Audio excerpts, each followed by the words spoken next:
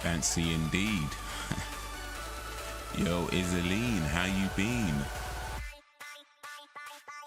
This is the possibly new live stream.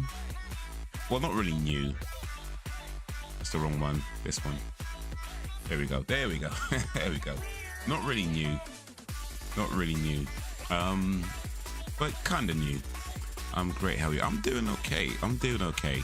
So here's the thing. Yeah, here's the thing. So way back in the day, I was using a program called OBS to do the live streams, and OBS is a really cool program for streaming. You know, you can do cool, like, you know, screens and, you know, transitions and stuff like that.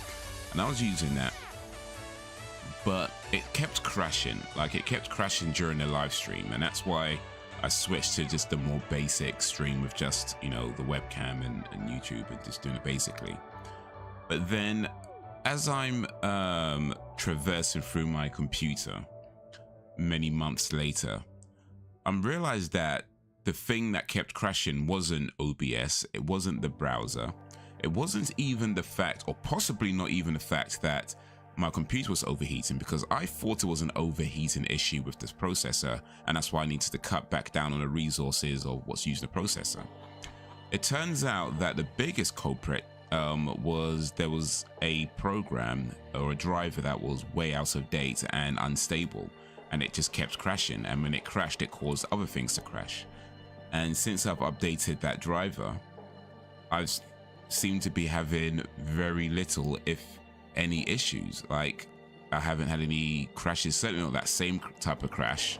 There's always gonna be some computer problem somewhere along the lines, that's how computers are, but I haven't had that same kind of crash. So I was like, okay, so maybe it was more to do with this than the computer overheating. That being said, I do still need to get a new fan, because the fan that I have is definitely not good enough for what I want to be doing on my computer. So I do still need to get a new fan just anyway, and hopefully I'll be able to do that next year. But for now, I'm like, you know what, maybe I can do just a little bit more. Maybe I can do just a little bit more. I won't push it too much, because again, overheating is still a real problem. But maybe I can do a little bit more. So I've brought back OBS, which means I can do stuff like this and this, and later on maybe this. But for now, we just keep it here. Now we're just gonna keep it here. Appreciate your ears. All I understand was computer crash. I know, so a little back for these things. So it's cool. I appreciate you. But yeah, was having some issues. I think I don't want to say the issues are resolved, but ever since I've updated the driver, it does seem like a lot of the issues have been resolved. So I'm guessing it was more to do with that than anything else. But at some point, I do still need to update or upgrade my my processor fan, because it's just not quite good enough for what I want to be doing. But yeah, I'm glad I've at least resolved a lot of the issues, at least seemingly. It's been a few weeks since I've updated that driver. It's been at least like 3 or 4 weeks, I think. Actually, been a while now. It's more than a month, I think. And yeah, a lot of those issues seem to have like disappeared. So far so good, and hopefully it stays that way. But how's your day been, Isaline? As long as it works, that's it. Isaline in the place to bin. My day's been okay. I was at work earlier doing my cab work. I've like you said, that's incense.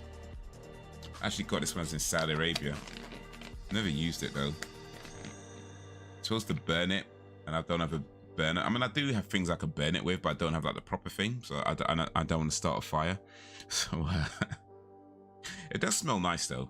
When you just smell it, it does smell nice. But yeah, maybe eventually I'll get like a thing I can burn that in. But yeah, I've had a pretty good day today. I was at work a bit earlier. Did a few hours on the cab work. Came home after that. Did some editing. I've been playing around with AI quite a bit lately. Today was a long day. Finally, it's over. Woof. Well, until tomorrow. Until tomorrow. Well, I'm glad your stresses are over for now at least. Oof. Bad customers. You know what? No, my customers are pretty cool. I don't.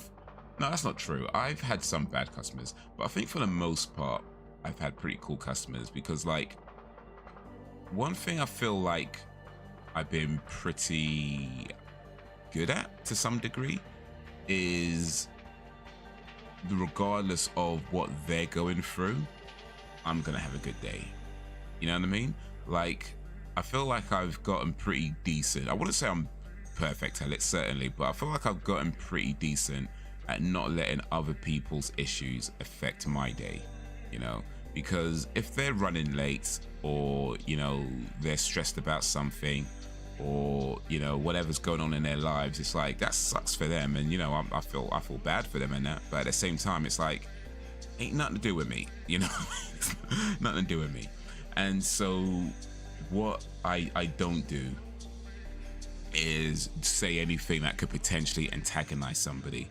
You know, when it's clear that somebody is maybe a bit stressed out or doesn't want to talk for whatever reason, or, you know, they in not necessarily a good mood, I leave it alone. I don't say anything. I don't try to make them feel better, because at the end of the day, I don't know what they're going through, and I don't know, I ain't no qualified, you know, psychologist or whatever, so I don't say anything. If they don't want to talk, we just leave it there. So whatever they're going through, you know, I'm sorry, but ain't nothing to do with me. And if people want to talk, I'll talk. You know, I do feel like at this point, I've been doing this for nearly 6 years, and I feel like at this point I can probably put therapist on my CV. You know, I feel like I could put the therapist on my CV right by now. So people want to talk, we can talk. If not, it's okay. But whatever they're going through, yeah, I don't let it affect me. So either way, I'm having a good day.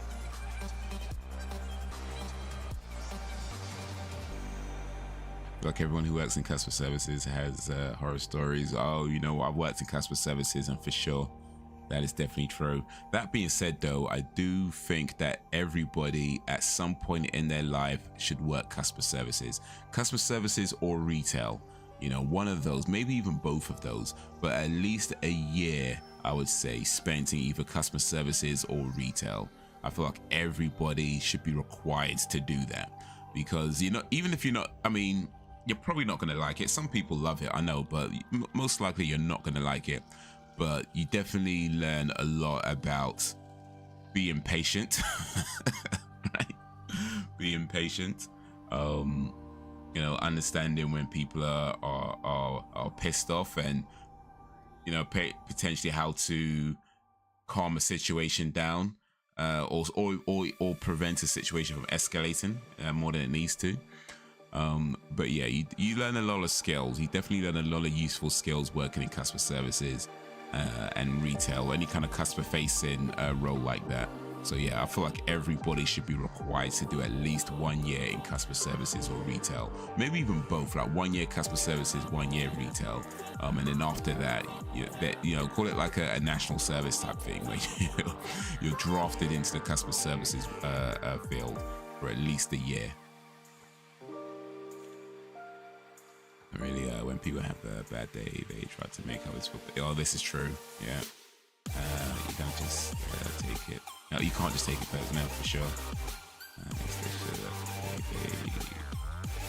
hard it is. Others better. Yeah, and that too. You know, like you speak to a lot. I mean, I did telesales actually, and I also did telephone customer services.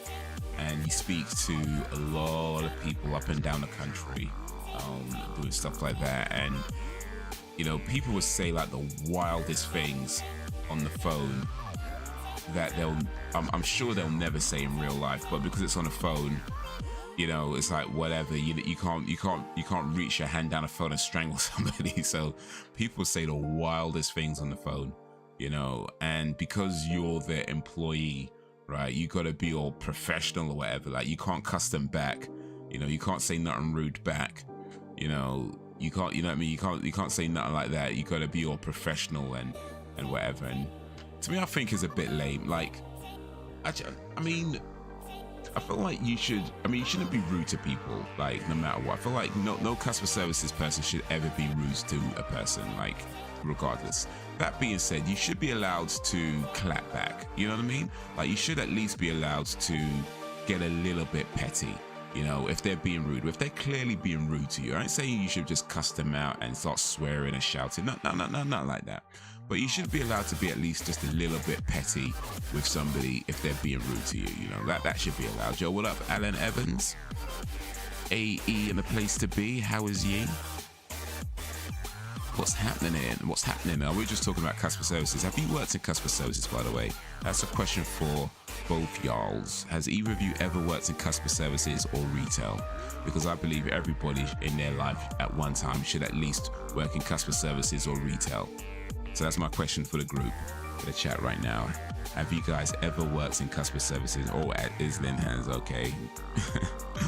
not so fond memories, I'm guessing. I feel like you should still be able to deny them service or at least, yeah, you should be able to like say something back. Like maybe not get too rude with them, but you should be able to say something back. Like make like a petty remark or a sarcastic remark or something like that. You should be allowed to do that at least. Or make them feel stupid at least. You haven't? Oh, you better go get a job in customer service and retail now. You got to do it, man. You got to do it. That's the new law. Once I become Prime Minister of Great Britain, I'm implementing a law that means everybody has to work in customer services and retail for at least a year. So yeah, that's my campaign running for Prime Minister. I started working retail when I was 14. It was horrible, but I've learned a lot. 14 though? Raw, that's young. Is that like the legal working age for in Norway? Because over here it's 16, which to be fair is still pretty young.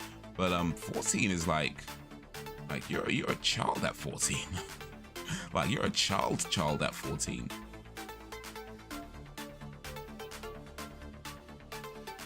Oh, okay, so it was a little bit off the books then, yeah?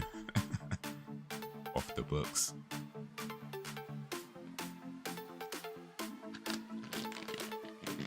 One of them ones where, you know, that you're working for them, but you're not officially working for them. You know what I mean? Like they pay you cash in hand.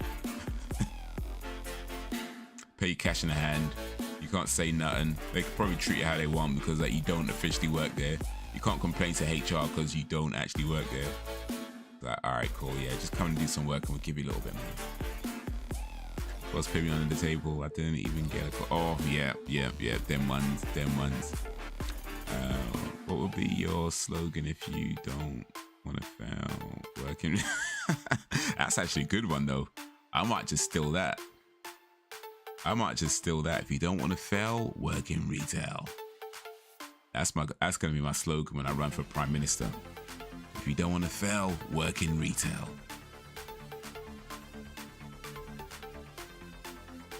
I got my first contract when I was 16. Oof. All right, here's a question for the group. I just got Islin's answer, but here's a question anyway.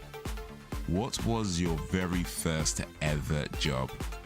I think I might have said mine before, but I'll say it again. But what was your very first ever job ever? All right, so mine was in McDonald's at 16 years old. So pretty much as soon as I was legally allowed to work. I think about 3 or 4 months after my 16th birthday is when I started. But yeah, my very first job was in McDonald's. I was in the kitchen. I was making the burgers and doing the fries and all that stuff there in the kitchen. And I worked part-time. It was like 3 hours a week on a Sunday. I was getting paid £3.10 per hour. So this is way before minimum wage laws, by the way. Way before that. It was like £3.10 an hour. That was your starting wage. Your starting wage was £3.10. After, I think, 2 weeks, once you pass your probation, you get a pay rise all the way up to £3.15 per hour. So yeah, we were raking it in. But I tell you though, like, for real though, like, there was a very clear shift in my thinking when I started working, because like before, like, I mean, I've saved money for things before. Like I've had, like, you know, things I've saved for with my, you know, with my dinner money and stuff like that. So I understood about spending and costing. But I think there was a clear shift in my thinking towards stuff, because before I started working, I would look at, you know, a shirt, for example, and say that shirt costs £10, right? That'd be my kind of thinking. That shirt costs £10. But when I started working, it became that shirt costs 4 hours. That's what that was. It was like that shirt costs like 3 hours, 4 hours, or whatever.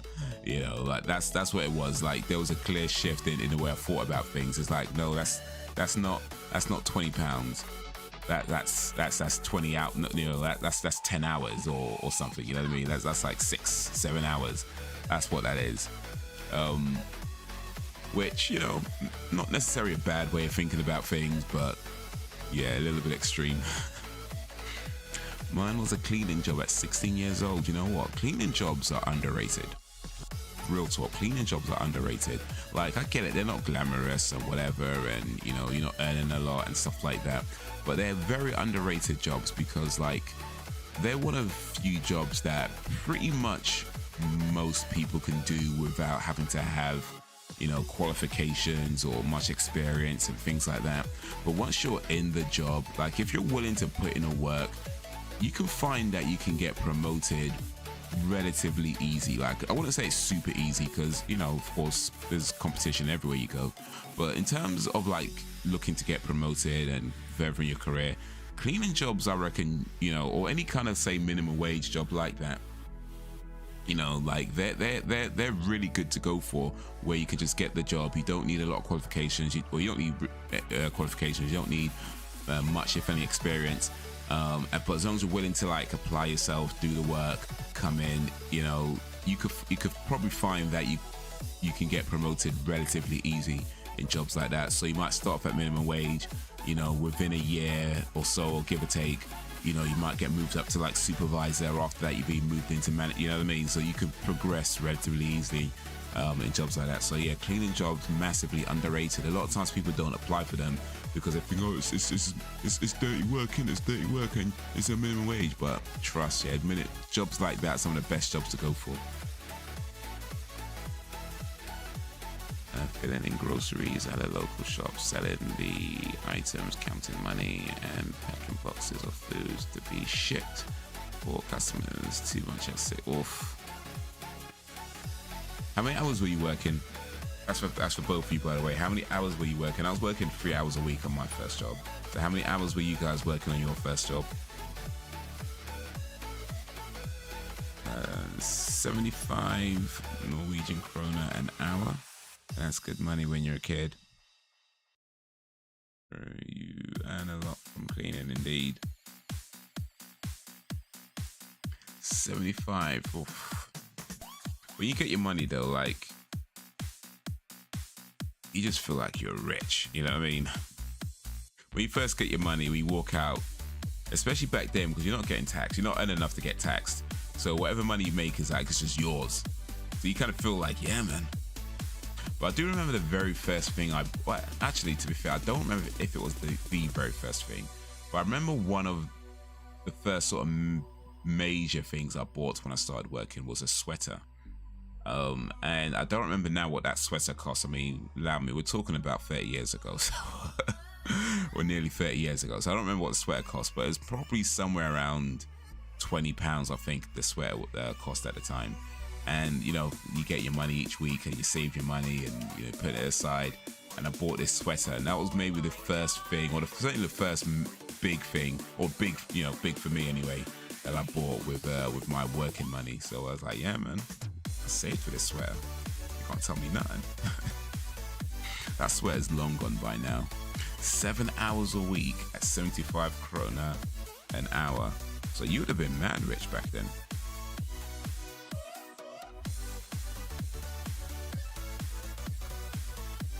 $525 krona a week. Yo, you would have been mad rich. You must have been like rocking Gucci and Chanel and, you know, you must have been rocking all the designer clothes back then.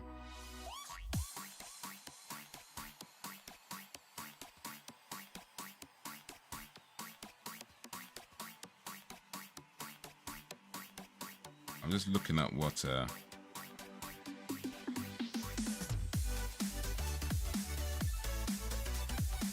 fast 25? Okay, it's about £37 a week you was earning. Yeah, man, you're mad rich. You mad rich.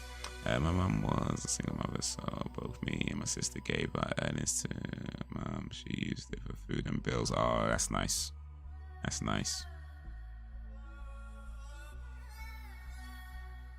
And it's actually a tradition in a lot of cultures, like your first paycheck goes to your parents, goes to the family. But yeah, sometimes all your paychecks go to the family just because that's the situation you're in.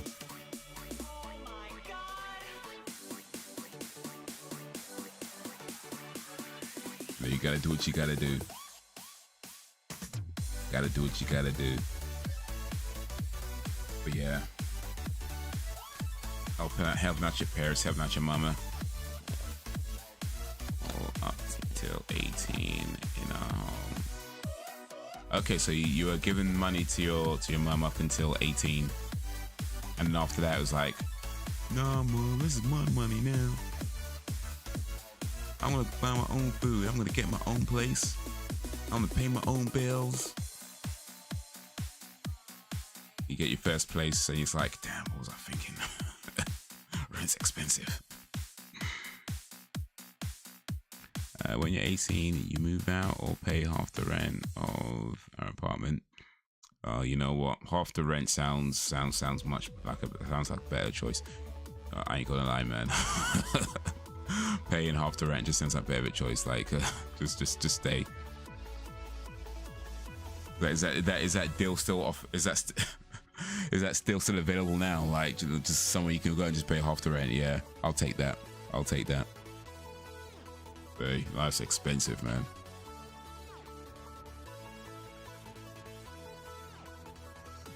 But nah, but for real though, like, yeah, it's good to help your family out when you can. Well, if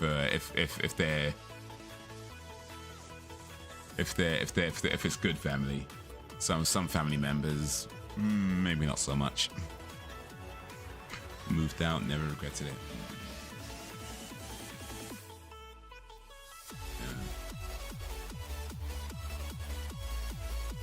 Yeah, man. What's the housing like in Norway? Because I might just move to Norway. Apparently you can live there on £38 a week. Let me see, housing in Norway.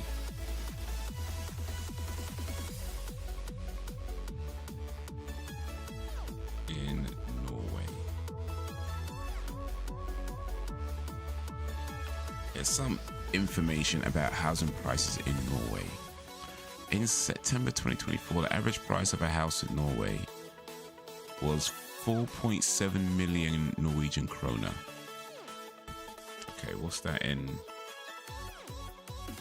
pounds? Because that sounds like a lot. it might not be. 4.7. Let's say 4.8 because it's close enough to 4.8 million.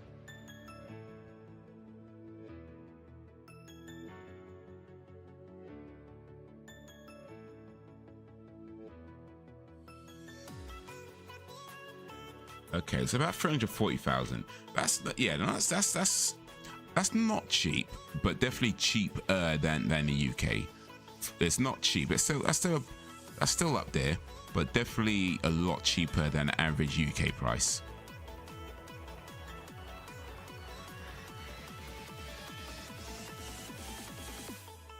Expensive here. You can get an apartment for that.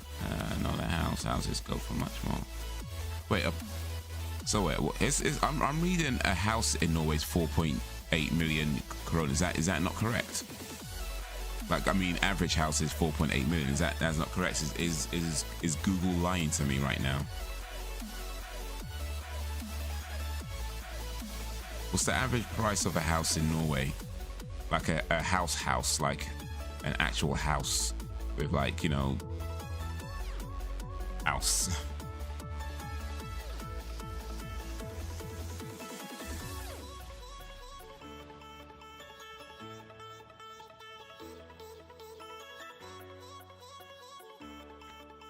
Actually, so average price of a house in England is actually about 310,000. 310,000 pounds. But then again, to be fair, it's just London that's expensive. It's just London that's expensive. The rest of England is maybe not, is a bit more reasonable.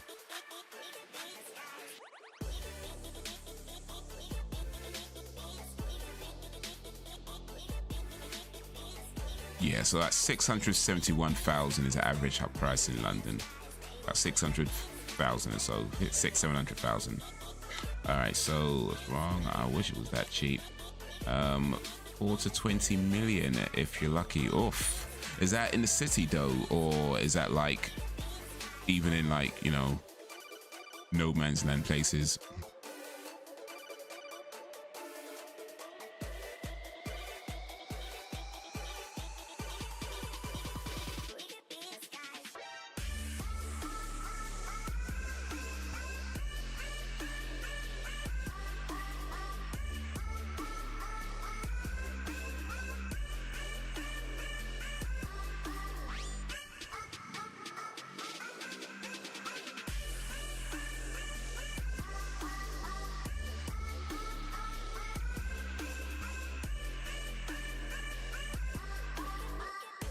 Be further away from the city but close to public transport. Ish. All right, so what's 14 million krona in British money? Oh, that's just under £1 million. Yikes. Yikes.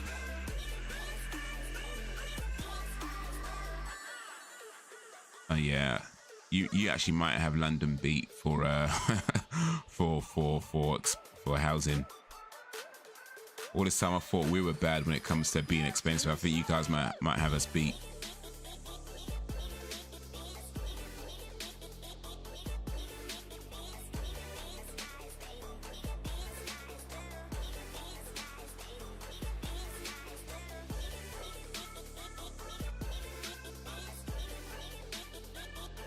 So the government actually started buying up houses because the market here has been insane.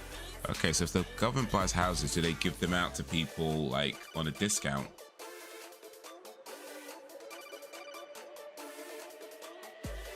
So that's what they should do. I'm guessing they probably don't.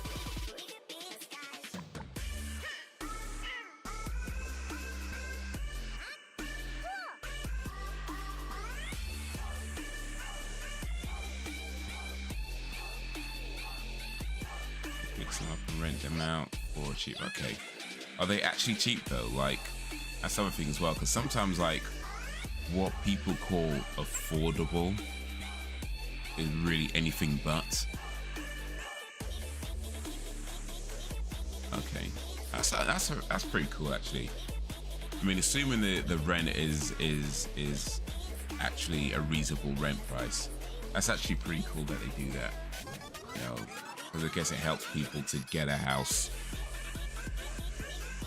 Houses in Peterborough ain't expensive if you don't mind living in a Legos set built by the council. All right, let's see. What is the average price? I'm gonna I'm gonna try and find out what is the average price of a house in Peterborough. Can't even spell Peterborough. Here we go.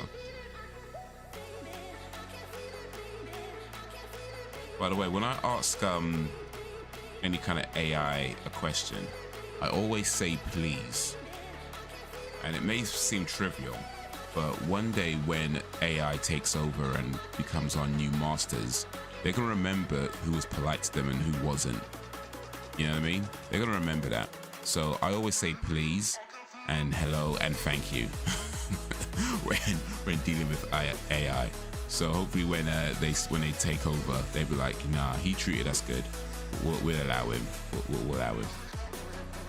So average price house in Peterborough is 240,000. You know, that's actually more expensive than I thought it would be. I thought it'd be lower than that for Peterborough, but yeah, that's not too bad though. 240,000 for it is the average price in Peterborough.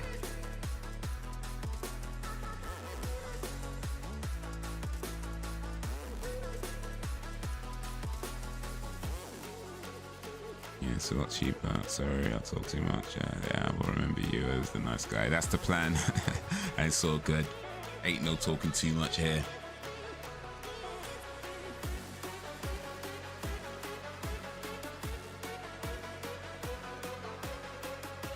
Ain't no talking too much here. I want them to remember me as a nice guy. Everybody like to type stuff like, tell me this, give me that, tell me this, give me that. I'm like, please, thank you, may I, hello. I actually have the AI assistant on my phone set to speak French, which is cool because it helps me with learning French, right? The problem is that I have to ask it questions in French as well, and that's where I struggle. That's where I struggle.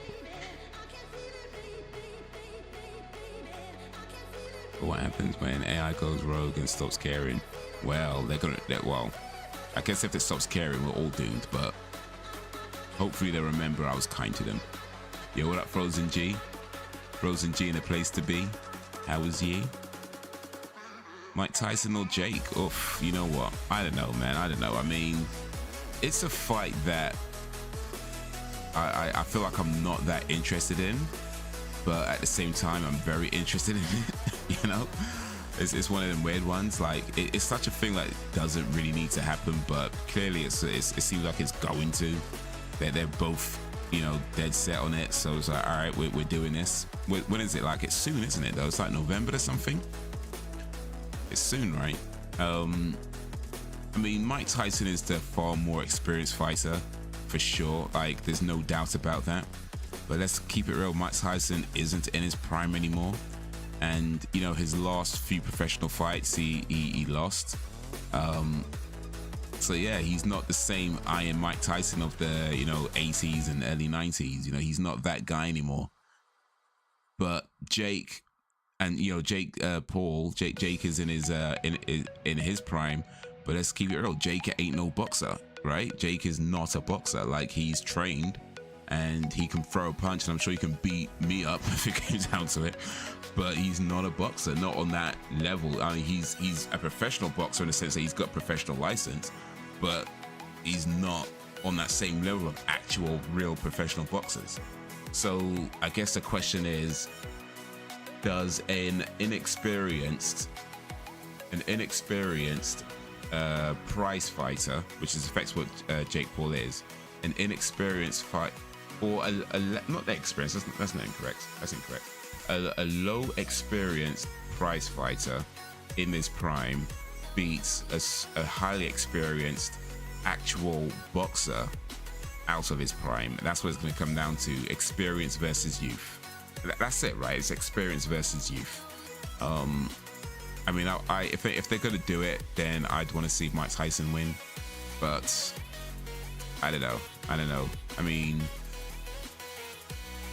Mike's he's 60. He's like 58. You know, he's nearly 60. He's not a young. But I don't know. Maybe I'm wrong. Maybe he can still throw bombs. Islin says, Mike, it's a fight that doesn't need to happen for sure. It's Friday on Netflix. Oof. I don't know if I better see it live though. Mike is getting older, but I hope he would win. Jake seems like such a bad apple. Yeah, he had that whole YouTube thing, and you know, him and his brother getting into all kinds of antics, and it's like, all right, well, here we are.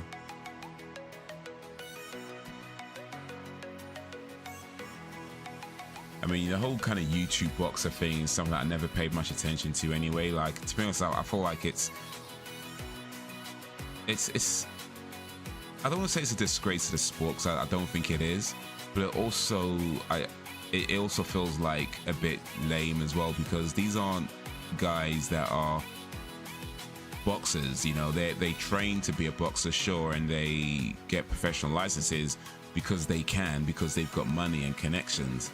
But these aren't guys that train and then train for their next fight and then train for their next fight. They're not, you know, they're just like, oh yeah, I'm gonna fight some ex-basketball player, and then I'm gonna, you know, put out a song, and then 5 years later, whatever, be like, yeah, now I'm gonna fight some, you know, it's just lame to me. It's like, look, either be a boxer, you know. But I don't know. Maybe I'm just being a an old fart knocker.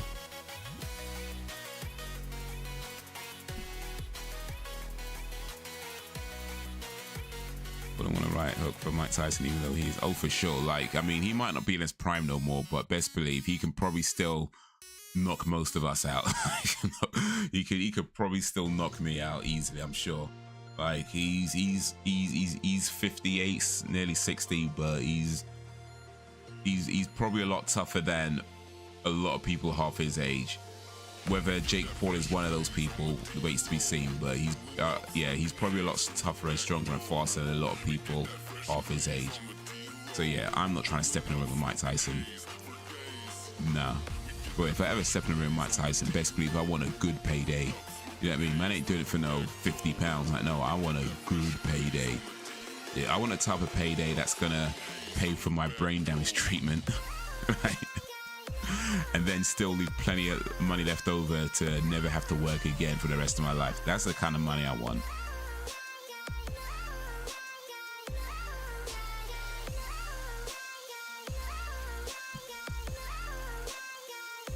I'm trying not to judge Jake, not my place, but after him in Japan, I feel like he isn't the best person. Yeah, that whole Japan thing with was Logan, and yeah, that was off. That was off. That was so off. Did you ever get every email saying you got a parcel? You know what? I do some. It's not every, but I have got parcels like that, emails like that, or text messages like that. I'm not sure if it's. I don't think it was every specifically, but yeah. You get a few like that, and yes, they're scams. They are scams, so yeah, look out for that. If you ever get an email saying something like, oh, we tried to deliver your parcel today, but you weren't here, call us to rearrange or something, or click this link to rearrange, yeah, don't click it. Don't click it. It's if you know you weren't expecting no parcels or not, and then just don't click it. It's a scam, and you click the link, and it's probably gonna, you know, download something to your phone or to your computer, and before you know it, your data's been stolen. So yeah, those are scams. Look out for those.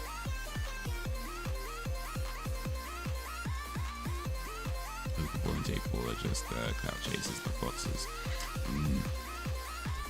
Yeah, Logan's doing a lot with WWE now, which I've not seen his matches or anything like that. Apparently he's doing pretty well though. I mean, I know I've seen like some of the wrestlers speak pretty highly of him, and the effort that he puts into it. So I guess he's found something that he's passionate about, and if so, then hey, good for him. But he's been with WWE for some years now, I think, actually. So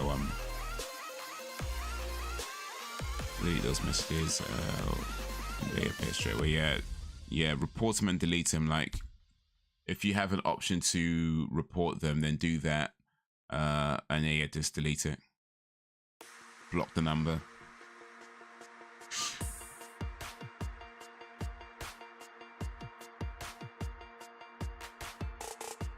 But yeah, watch out for scams. Watch out for scams. The thing is that, like, the way a lot of these scams work is that they basically just send out the same message to like a bunch of random phone numbers, right?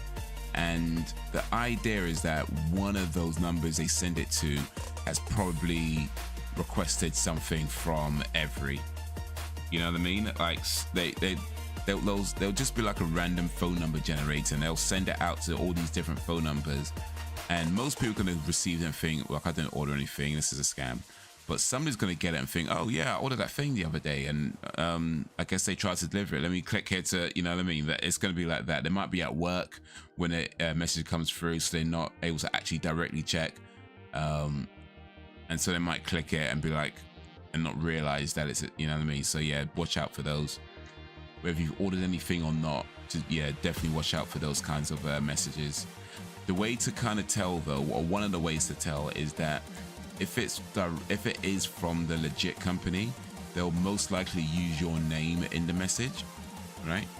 You know, if it's from every, like, it will say, hey Izzy, or, you know, hey Frozen Gamer, you know, hey Alan Evans 38 hyphen gaming. It will say your name in the message, and you know, might have like an order number as well and that kind of thing. And also the website, if it gives you a website, the website would be every.com or .co, whatever their website is. But usually in those scam emails, the website is like, it'd be like a like 345.co. You know what I mean? Some mad like nah, just don't click it. And if you're not sure, just go directly to the Every website or the delivery company's website directly. Just go there directly, and then, you know, enter in like your tracking number and stuff like that there. But don't click anything in a message, even in your emails as well. Like, be in a habit of not clicking any links in your emails or your messages, unless you know for sure where it's from and where it's going to. But other than that, yeah, don't click anything. Even if it looks like it's from your bank, if it looks like it's from a legit source, don't click anything. I don't believe in UFO.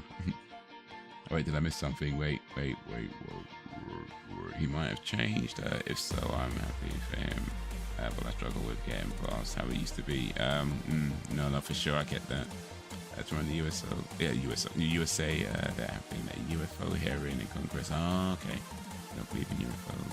But UFO is just unidentified flying objects. So really, any object that's flying and you can't identify it, technically it's just a UFO, because you just can't identify the objects. Like, if you see something and you can't identify it, that's an unidentified flying object. Now, whether or not it's an alien aircraft, maybe. Okay, the second one. Yeah, they did one like was it last year? If you're not expecting a parcel or anything, then it's a scam. UFOs are real. ET exists. ET does exist. I believe that. But yeah, but even if you are expecting a parcel, beware. You know, even if you are expecting something to be delivered, yeah, just still be careful. You know, I do think there are aliens in other planets, actually. I actually really do. I'm not sure, I would say I'm not overly convinced that they visited Earth, but I do believe there are aliens in other planets. Like, I feel like that's very probable. But yeah, whether or not they visited Earth or not, that's where I'm like, I'm not too sure. Because of all the billions and billions of planets there are in the universe, the chances of them finding this specific one is pretty slim. You know what I mean? It's pretty slim. And who knows what kind of technology they would have. Like, do they have more advanced technology than us? Do they have less advanced technology than us? You know, maybe have they even been to space at all? You know, we don't know. So, like, yeah, I do think there are planets with alien life forms. Whether or not those have visited Earth or not, I'm like, that's what I'm not sure about. We can't be the only life form out there. Yeah, that's pretty much how I see it as well. Like, there's just so many planets and stars and things like that. There's got to be, well, it doesn't have to be, but, you know, it just feels very probable, very likely that there are other planets with, you know, whole civilizations on them, maybe multiple civilizations on them. You know, maybe bigger planets than ours, smaller planets than ours. You know, different types of atmospheres and, you know, stuff like that. Different ways of communicating. Unless, of course, the movies are to be believed, then every alien speaks English.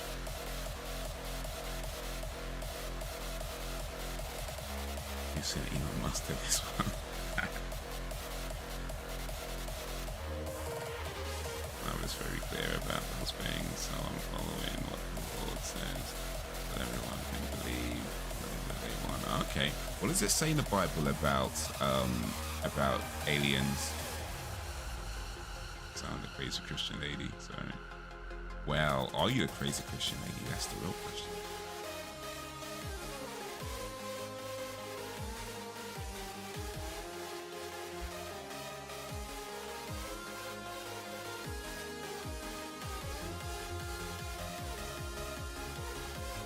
Yeah, what does the Bible say about aliens? That'd be quite interesting to know. Well, let's see. Maybe Gemini knows. What does the Bible... Oh, well, let me rephrase that. Can you tell me what the Bible says about aliens? Always say pause. Aliens are real. The Bible does not mention aliens in the way we understand them today. However, there are some passages that some people interpret as references to extraterrestrial beings or advanced civilizations. Ezekiel 1, this chapter describes a vision of a celestial chariot with wheels within wheels, which some have interpreted as a UFO or spacecraft. However, it's more likely a symbolic representation of God's power and glory. Genesis 6, this chapter mentions sons of God who married human women, resulting in Nephilim. Some have speculated that these sons of God were extraterrestrial beings. However, the biblical context suggests they were fallen angels or powerful spiritual beings. It's more important to note. Boy, it's quite long, isn't it?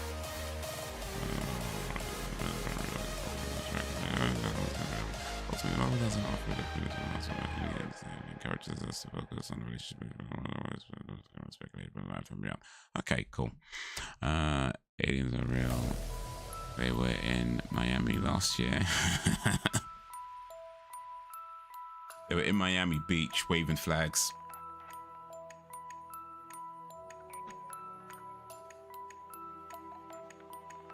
Well, if aliens aren't real, then explain.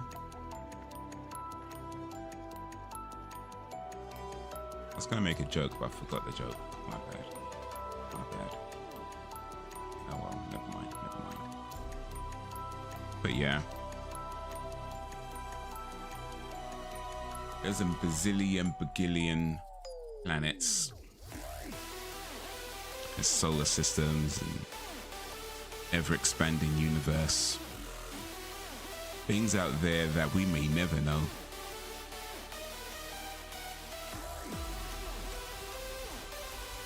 And that was before P. Diddy scared him over it.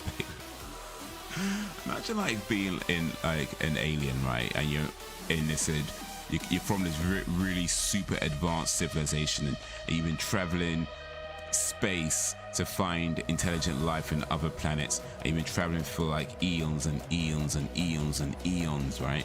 And then you finally come across Earth and you're like, we sense there's some intelligent life on this planet. And then the very first thing, and so you get like your antennas out to like check the broadcasts, and the very first thing you hear is about P. Diddy and his big oil parties. You're like, yeah, maybe we just leave this one alone. Maybe we don't go here. Like, you know, I'm not sure. I'm not sure we should step down on this one. Actually, let's get the next one. Yeah, we get the next one. We get the next one. I wouldn't blame them. I'd probably do the same thing. Like, damn, man, like, what did I just step into? There's a lot unknown. Apparently they say there's more unknown about the ocean than there is about space, which kind of sounds weird a thing to say, because if it's unknown, then how would you know which one has more unknowns, since it's all unknown? You know what I mean? Like, if you don't know it, then how can you count the things you don't know if you don't know what they are to even count them?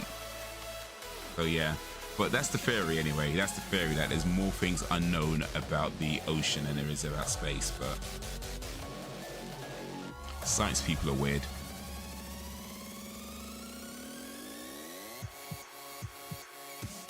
Oh, you know what? I went to Comic-Con actually.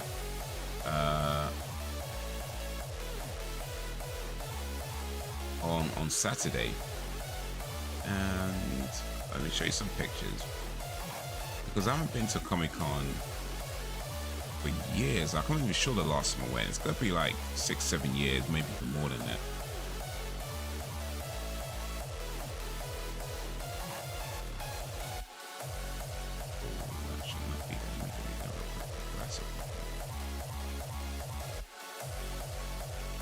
Yeah, I went to Comic-Con, so and it was in Liverpool as well, which is really cool, because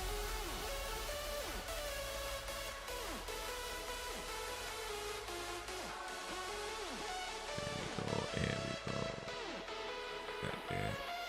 Yeah, it was in Liverpool. So like, a friend of mine had tickets to go, and she had two tickets, and she was gonna go to Comic-Con, and you know, there was an actor that was supposed to be doing like a talk or a speech or something, but he ended up canceling. And because he weren't going, they decided that, you know, they don't want to go no more. And so my friend was like, hey, do you want these Comic-Con tickets? I'll give them to you. You don't have to pay nothing. And I was like, all right, yeah. So yeah, I just gave me the tickets. All I had to do was get the train ticket to Liverpool. So we did that and went last Saturday, just gone. And that's this is at Liverpool Station. That's a statue of Ken Dodd. Oh wait, this is London. We just find bicycles lying around in London. By the way, in Norway, do you have like a bicycle rental service, and do people just leave the bikes lying around like this with your bicycle? Because in London, you see this so much. We have these bicycle rental services, and it's a pretty cool idea. But the amount of times you just see bikes just like thrown to the side of the road, sometimes on train tracks or on motorways, and it's mad. It's mad. But yeah. So yeah, that's a statue of Ken Dodd, and that's a statue of I can't remember the name, something Granite. But yeah, it's outside Liverpool Station. And see, Liverpool Lime Street, just to prove that I actually went to Liverpool Lime Street. Yeah, it's so annoying. Oh, for real, it's so bad. It's so bad. How about you guys, Alan, Frozen G? Do you guys have like rental? Actually, Frozen, you're in London, so yeah, you see. But Alan, in Peterborough, do you guys have like a bicycle rental service that people just use? This is a cool graffiti art I saw, Mario, and that's like a Ferris wheel they had by the exhibition center. And that's just right outside the exhibition center. And yeah, and this is just some of the Deadpool cosplayers and Captain America, some other guys there. The Nick Fury over to the side. Spider-Man. Black Panther right there. Gambit, a few others. Yeah, and this is just inside the arena, inside the stadium, exhibition center.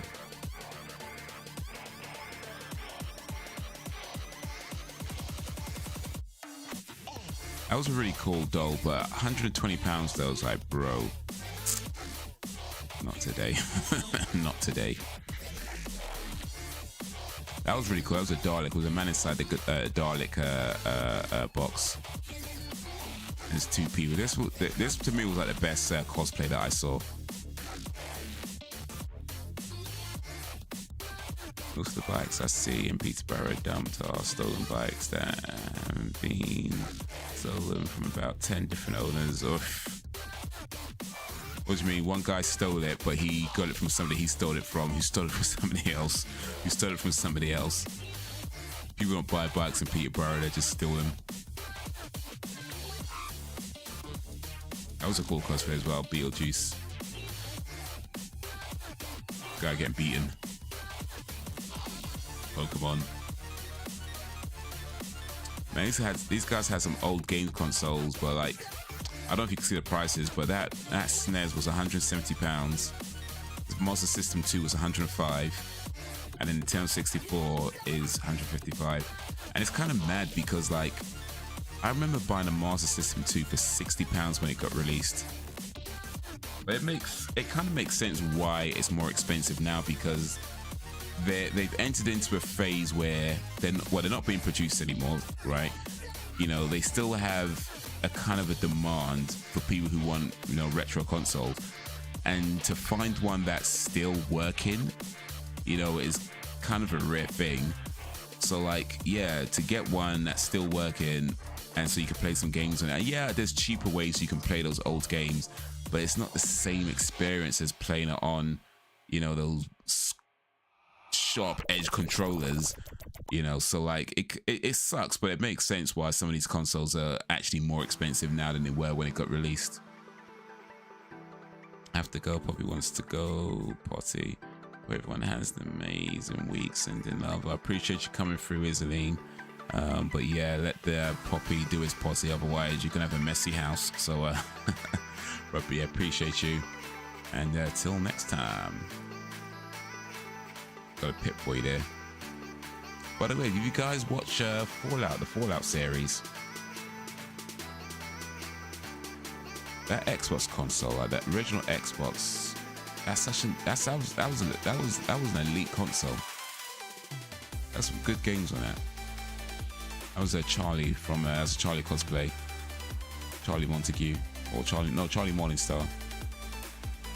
There's some games that had set up, so that's Street Fighter 2 set up. Had to play a little bit of that.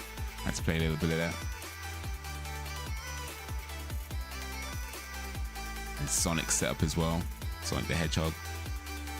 Oh, look at this.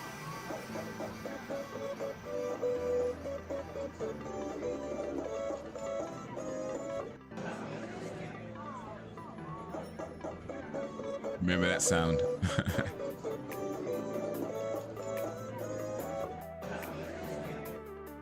How about this one?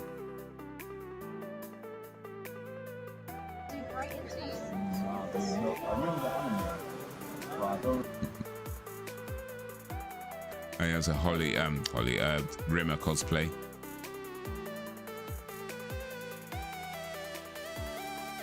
This is playing Smash. So A is just a normal S, Y is the blow back, then you control it and then you can do it down. So A. Umbrella Corp. Alan, I know you recognize that. I know you recognize that one, Alan.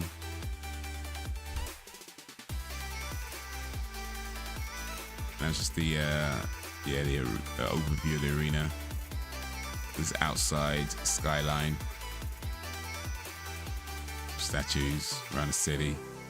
Oh, there's a place we went to afterwards called Olive Branch. That was a good place. That was a nice place. Oof, that burger was so good. And yeah, and that was the last picture.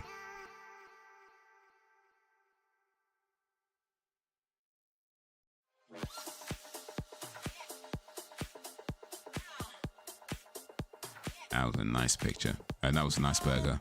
It was like what do you call it? Like a shish? No.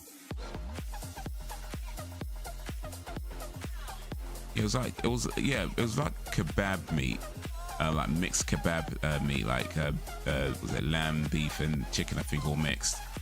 And but they put it in the burger, with like, you know, the sauces and all that. And yeah, that was so good.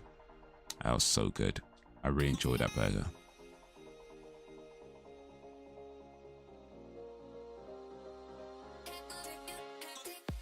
I ain't gonna lie, man. I enjoyed that burger to the max.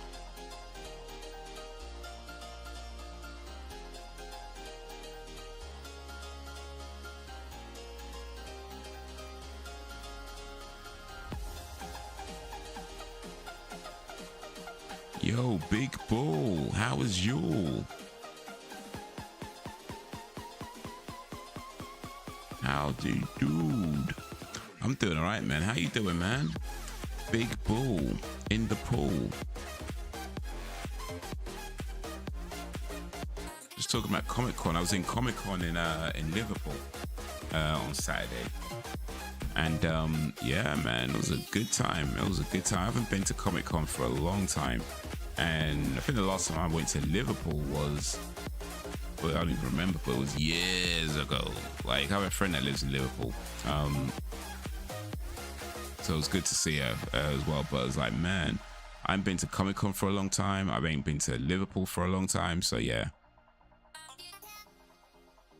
It was a good day. It was a good day. Saw the cosplayers, played some games, you know, good time, man, good time. But how you doing? What's up, Guan? What's up, Guan in Big Bull universe?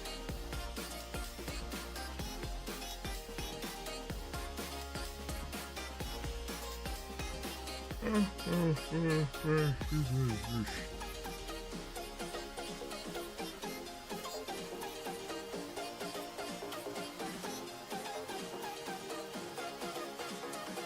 have my bicycle tire to repair. So like my bicycle tire punctured, and it turns out I don't have a spare inner tube. Well, not, I do have a spare inner tube, but not the right size. I guess it's from a different bicycle that I just had. Anyway, but yeah, my bicycle tire punctured, so I've got to get a new inner tube and fix it. I mean, I've fixed bicycle tires before. They're not terribly difficult to do. But yeah, I just need to get a new inner tube, the right size, and then yeah, long thing, man, long thing. I did fix my car tire the other day, so I had a puncture on my car tire, and that I was able to fix.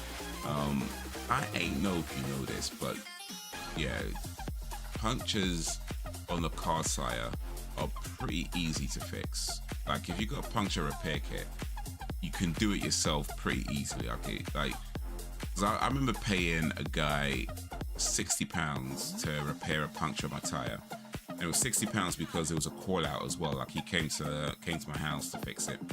But I'm thinking it's like a long thing and all this stuff they're gonna do. So I paid the £60 and he came out and he fixed it. But I was watching him fix it, right? I was watching him fix it. And I just thought, you know what? I could probably do that myself, you know. So yeah, I looked up how to fix a car tire on YouTube, and you know, plenty of videos on it. And yeah, so I bought a puncture repair kit for like 15 quid, and that 15 quid has just saved me so much because like I drive a lot, so punctures are relatively common, you know, they're relatively common. So like the fact I can repair it myself, what I'm gonna do is just keep track of how many times I repair each tire, because once you repair it twice, on the third puncture, you gotta replace it. On the third puncture, you gotta replace it.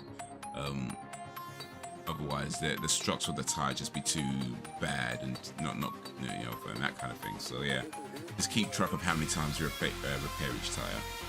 But aside from that, yeah, man, that puncture repair kit and that YouTube video saved me hundreds. Hundreds of pounds, and it's not hard. It takes like 20 minutes to do it. You know, you just gotta locate where the puncture is, pull it out, clean out the hole with the screw thingy, and then put like the puncture gel. I don't know what it's called, but you just put it into the hole, make sure it's all in deep, and then pull out, and then cut off the XSplit at the end. You know, but yeah, man's been doing this thing. Man's been doing this thing.